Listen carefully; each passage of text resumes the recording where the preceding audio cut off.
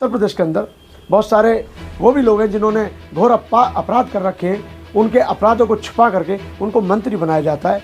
दूसरे का अपमान करने वाले लोगों को सम्मान दिया जाता है। और यहाँ अगर किसी से अपराध हुआ है तो उसके घर मकान बिना पूछे बिना जाने तोड़े जा रहे हैं। ये बिल्कुल गलत है। अच्छे हो सकते हैं, हम ऐसा नहीं बोल रहे हैं। हमारा कहने का मतलब सिर्फ ये है कि जिसने गलत किया है उसको सज़ा मिले और जिसके साथ अपराध हुआ है उसको न्याय मिले।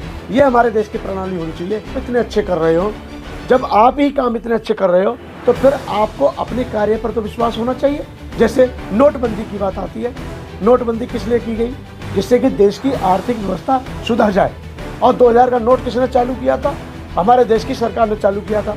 अब इस सरकार को अपने ही 2000 के नोट पर विश्वास नहीं रहा, उसको बंद कर दिया। तो उसको छपाने में और पहले नोट को बंद करवाने में जो लाखों करोड़ रुपए का नुकसान हुआ, इसकी भरपाई कहाँ हो रही है? आपने अगर हत्या की है तो आप ही को सजा मिलेगी। पर यहाँ पर योगी राज सरकार में ये हो रहा है कि अगर किसी ने भी कोई भी अपराध किया है तो उसकी सजा पूरे परिवार को उसका घर तोड़ के मिलेगी। क्या ये उचित है? यह अनुचित है। ये उचित हो ही नहीं सकता।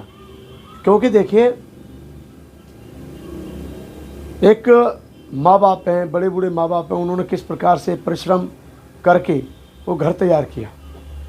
आज किसी का बेटा नालायक निकल गया और उसने से कोई अपराध हो गया और उसको कोर्ट ने सज़ा भी दे दी और वो जेल भी काट रहा है, उसके बावजूद भी सज़ा उसके परिवार को मिलती है मकान तोड़ के बिल्डोजर चला करके। तो ये बिल्कुल नाइंसाफ़ी और गलत है।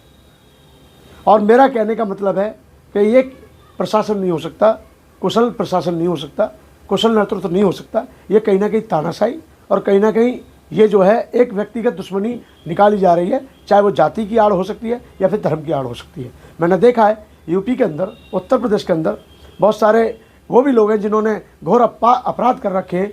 उनके अपराधों को छुपा करके उनको मंत्री बनाया जाता है। दूसरे का अपमान करने वाले लोगों को सम्मान दिया जाता है। और यहाँ अगर किसी से अपराध हुआ है तो उसके घर मकान बिना पूछे बिना जाने तोड़े जा रहे हैं। ये बिल्कुल गलत है। तो इस पे हमारी भारत सरकार की जो न्यायपालिका है वो क्या कर रही है? देखिए, न्यायपालिका पर पूरी तरह से हमें भरोसा है, सम्मान करते हैं हम भी, क्योंकि वो हमारे यहाँ की जुडिशरी व्यवस्था है। और व्यक्ति के पास एक ही आखिरी चांस रह जाता है कि वो सताया हुआ, डरा हुआ, कितना ही पीड़ित हो, कैसे भी हो, उसके सामने एक ही रास्ता रहता है, पुलिस और कोर्ट। अगर पुलिस और कोर्ट भी ईमानदारी से उसका साथ नहीं देते हैं तो मैं समझता हूँ उसका फिर कोई बचाने वाला या उसको न्याय देने वाला कोई नहीं है। तो फिर तो वो शिकार होते जाएंगे। क्या आपको ये लगता है कि न्यायालय और पुलिस प्रशासन जो है वो राजनीति के हाथों की कठपुतलियां बन चुका है? नहीं, देखिए सर, मैं ये कह सकता हूँ कि न्याय व्यवस्था स्वतंत्र है। या तो वो अनदेखी कर रही है कहीं ना कहीं, क्योंकि एक बात और भी होती है कि जब से हमारे देश के भारत में पहली बार ऐसा हुआ है कि जिसको कहते हैं उच्च न्यायालय, प्रधान न्यायाधीश जी जब से राज्यसभा के एमपी बने, तो जब से लोगों का विश्वास थोड़ा सा हटा है। परंतु हमारे देश की न्याय व्यवस्था आज भी मजबूत है, हम आगे भी ऐसा मानते हैं।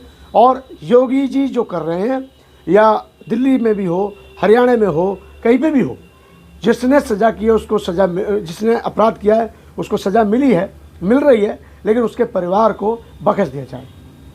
अब क्या होगा जिनके घर टूट गए हैं, किसी के परिवार के व्यक्ति ने कोई अगर गुनाह किया था तो उसकी सजा पूरे घर वालों को मिली है, आलीशान महल की तरह घर भी तोड़े गए हैं, कुछ झोपड़ियां टाइप भी तोड़ी गई है, हर तरीके के घर टूट रहे हैं, इसके ऊपर कब नकेल कसी जाएगी न्यायालय के थ्रू?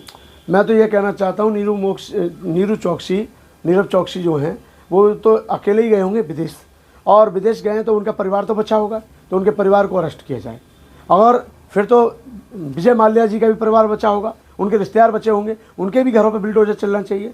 फिर उसके बाद में जितने भी लोग ले करके जो हमारे देश की खून पसीने की मेहनत की कमाई का जो लोग हज़ारों करोड़ रुपए, लाखों करोड़ रुपए लेके भाग गए हैं, उनके परिवारों के मकान कब टूटेंगे? न्याय तो फिर सबके लिए बराबर होना चाहिए। और रहा सवाल ये कि हो सकता है उत्तर प्रदेश में क्या ऐसा चल रहा है मुझे नहीं पता, परंतु ये गलत है, इसका हम घोर निंदा करते हैं और उनके परिवारों को इस प्रकार की कोई सज़ा ना मिलनी चाहिए।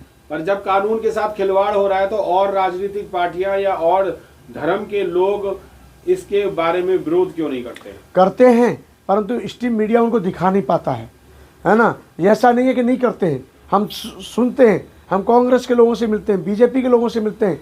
और ये नहीं कि बीजेपी सबके लिए अच्छी है या बुरी है, बीजेपी अच्छी पार्टी हो सकती है, प्रधानमंत्री जी हमारे बहुत अच्छे हो सकते हैं, हम ऐसा नहीं बोल रहे हैं। हमारा कहने का मतलब सिर्फ ये है कि जिसने गलत किया है उसको सज़ा मिले और जिसके साथ अपराध हुआ है उसको न्याय मिले। ये हमारे देश की प्रणाली होनी चाहिए, न्याय प्रणाली। क्या आपको लगता है कि 2024 में फिर से बीजेपी आकर के और 5 साल फिर अपनी मनमानी करेगी, गुंडाई करेगी? देखिए, गुंडाई का तो सवाल मैं नहीं कह सकता, पर मैं ये कहना चाहूँगा कि जब देश की सारी पार्टियाँ ईवीएम का विरोध करती हैं, सारी पार्टियाँ ईवीएम को लेकर के मतलब अपना अपने हिसाब से आंदोलन कर रही हैं। अभी वकीलों ने बहुत बड़ा आंदोलन किया, अभी दिल्ली में लाखों लोगों ने आंदोलन किए, जिसमें वाम सेब भी है, लाखों संगठन है, बहुजन संगठन है, बहुत सारे संगठन हैं जो समय समय पर आवाज़ उठाते रहते हैं कि ईवीएम पर बैन लगना चाहिए। और मैं तो सीधा सीधा ये भी कहना चाहता हूँ कि जब ईवीएम का विरोध पूरे देश की जनता कर रही है तो आखिर बीजेपी को क्या दिलचस्पी है जो ईवीएम से ही चुनाव कराना चाहती है? फिर तो ये होना चाहिए कि बैलेट पेपर से चुनाव हो। और जब काम ही आप इतने अच्छे कर रहे हो, जब आप ही काम इतने अच्छे कर रहे हो, तो फिर आपको अपने कार्य पर तो विश्वास होना चाहिए। जैसे नोटबंदी की बात आती है, नोटबंदी किस लिए की गई? जिससे कि देश की आर्थिक व्यवस्था सुधर जाए। और 2000 का नोट किसने चालू किया था? हमारे देश की सरकार ने चालू किया था।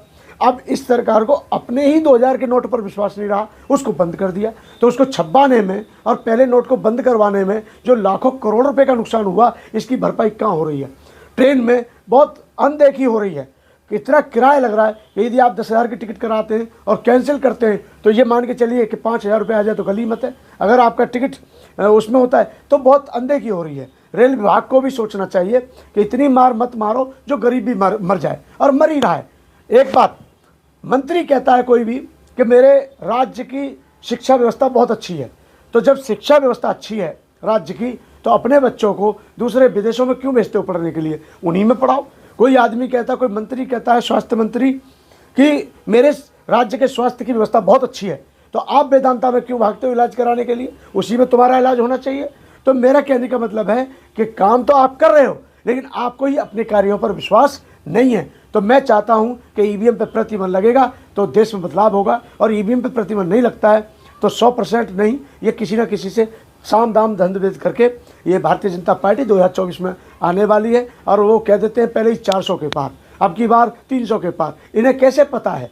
कुछ लोगों की शिकायत तो ये मिलती है कि वो साफ कहते हैं तुम्हें वोट देना है दो, नहीं देना है मत दो, हम जीते हुए हैं, और वो जीत जाते हैं। पहले नेता काम करते थे, समाज से जुड़ाव रखते थे, सुख दुख के साथी बनते थे, जब वो जीत के आते थे और जनता उनको हाथों हाथ उठा कर रखती थी। आज की जनता नफरत कर रही है नेताओं से। तो ऐसा नहीं है कि सभी नेता गलत हैं, कुछ नेता अच्छे भी हो सकते हैं, लेकिन चंद हैं जी। अगर नरेंद्र मोदी जी इस बार अगर प्रधानमंत्री नहीं बनते तो आपकी नज़र में कौन ऐसा है जो देश में प्रधानमंत्री बनना चाहिए? सर, मैं कोई राजनीतिक व्यक्ति नहीं हूँ, मैं एक बौद्ध भिक्षु हूँ, और मैं अपनी ईमानदारी निष्ठापूर्वक जो मुझे धर्म प्रचार प्रसार का कार्य समाज के द्वारा सौंपा गया है, मैं उसको ईमानदारी से निभाना चाहता हूँ, और मैं वही करना चाहता हूँ। कौन जीते कौन हारे, मैं कहता हूँ बीजेपी आए, कांग्रेस आए, कोई भी आए, चाहे बहुजन समाज की कोई सरकार बने, हमें कोई आपत्ति नहीं है। लेकिन सरकार जिस कार्य के लिए चुनी जाती है, जिस कार्य के लिए बिठाया जाता है प्रधानमंत्री को वही काम करना चाहिए। देश की रक्षा, देश का स्वास्थ्य, देश की सुरक्षा और देश का सम्मान।